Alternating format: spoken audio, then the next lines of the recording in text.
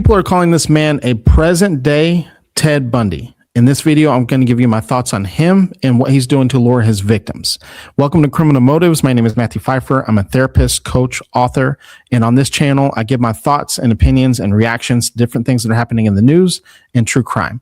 Let's watch this next video together, break it down, and I'll give you my thoughts afterwards. Narrowly escaped. A man prosecutors call a serial attacker is breaking her silence to warn others about dating app dangers. She was held captive, stabbed in the throat, and forced to drive her alleged attacker through the streets of Detroit until she found a split second to run. But the horror doesn't end with her. Investigators say this man has two other victims. 7 News Detroit reporter Ruta Alcenaida sat down with Jakayla, who's now exposing a terrifying pattern and showing us the scars she wants no other women to bear. I just really was thinking, like, that I'm glad that I made it out alive, because my mother, you know, what he would have did with my body if I didn't make it out that night. 27-year-old Jakayla Archie says it was one of the darkest days of her life. And it was just so scary for me. And then I felt like I was just alone. Last year around the holidays, Archie decided to give Facebook dating a try and match with 31-year-old Detroit resident Danielle Darren Sandridge Jones. After chatting online for about a month, she says they started going out and met up a few times at his home on Elmdale Street in Detroit. Listen to music, watch movies and stuff like that, just casual dating. Then last month they met up again, but she says this time Sandridge Jones was irate for reasons unknown to her. That's when he ran and he went to go get the knife, and he stabbed me in my throat, and he cut me, and then he told me, like, I'll kill you. The Wayne County Prosecutor's Office says Archie was stabbed multiple times and then was allegedly forced to drive the suspect around to multiple locations. He's yelling like, keep driving, you want me to kill you, you want me to kill you? Bleeding and terrified, she says she followed his orders until they ended up back at his home. She was then ordered inside until she found an opportunity to grab her keys and run away, calling 911 after hours of what she calls torture. Sandridge Jones was arrested, charged with 2 other separate domestic violence incidents, all of which allegedly occurred at his home and all of which allegedly occurred with women he was dating at the time. Archie's physically okay now, but mentally still has not recovered and is giving dating a break. But she hopes her story reminds women to stay vigilant and speak up. I don't want no one to feel that it's embarrassing to go through domestic violence, or, you know, don't be embarrassed about anything, you know, it happens.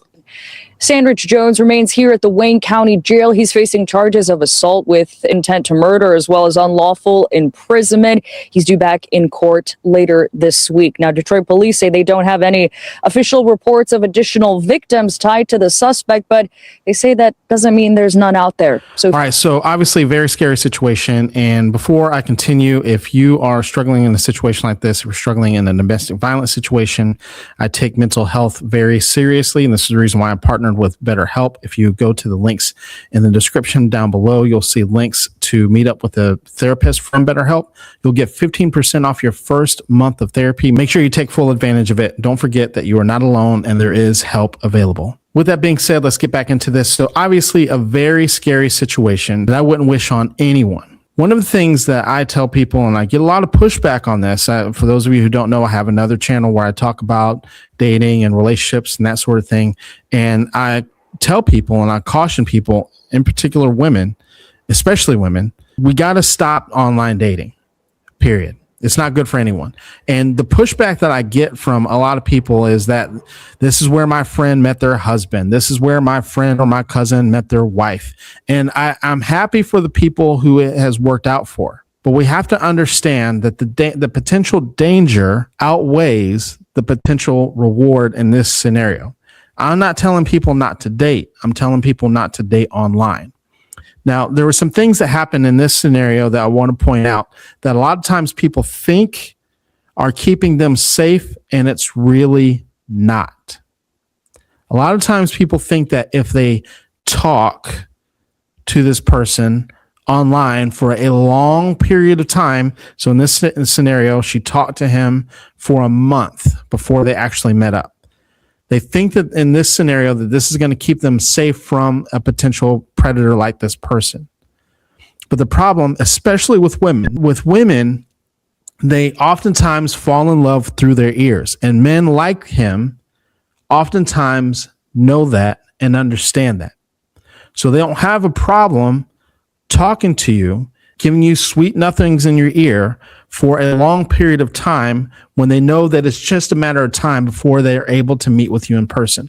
Part two to this, and this is a learning lesson. This is not a victim blaming session or anything like that. We also have to understand that her bringing him into her home that quickly, because people think when they talk for a long period of time on the app, on the phone, those sorts of things, it gives you a false perception of where the relationship actually is. So in her mind, most likely, I've talked to a lot of women who are in this type of scenario. A lot of times people think that they've been talking or they've been dating for a month. No, you have not.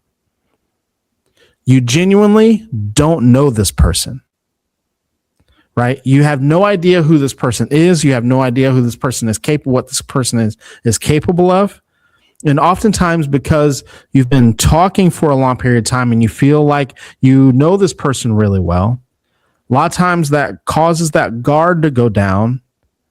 I don't believe that this woman and a lot of other women wouldn't just take in some man off the street directly into their home in the first day, second date, or anything like that. However, oftentimes when people meet someone online and they talk for a long period of time, that guard tends to come down and they bring that person in oftentimes far too soon. But what do you think? Let me know your thoughts in the comments below.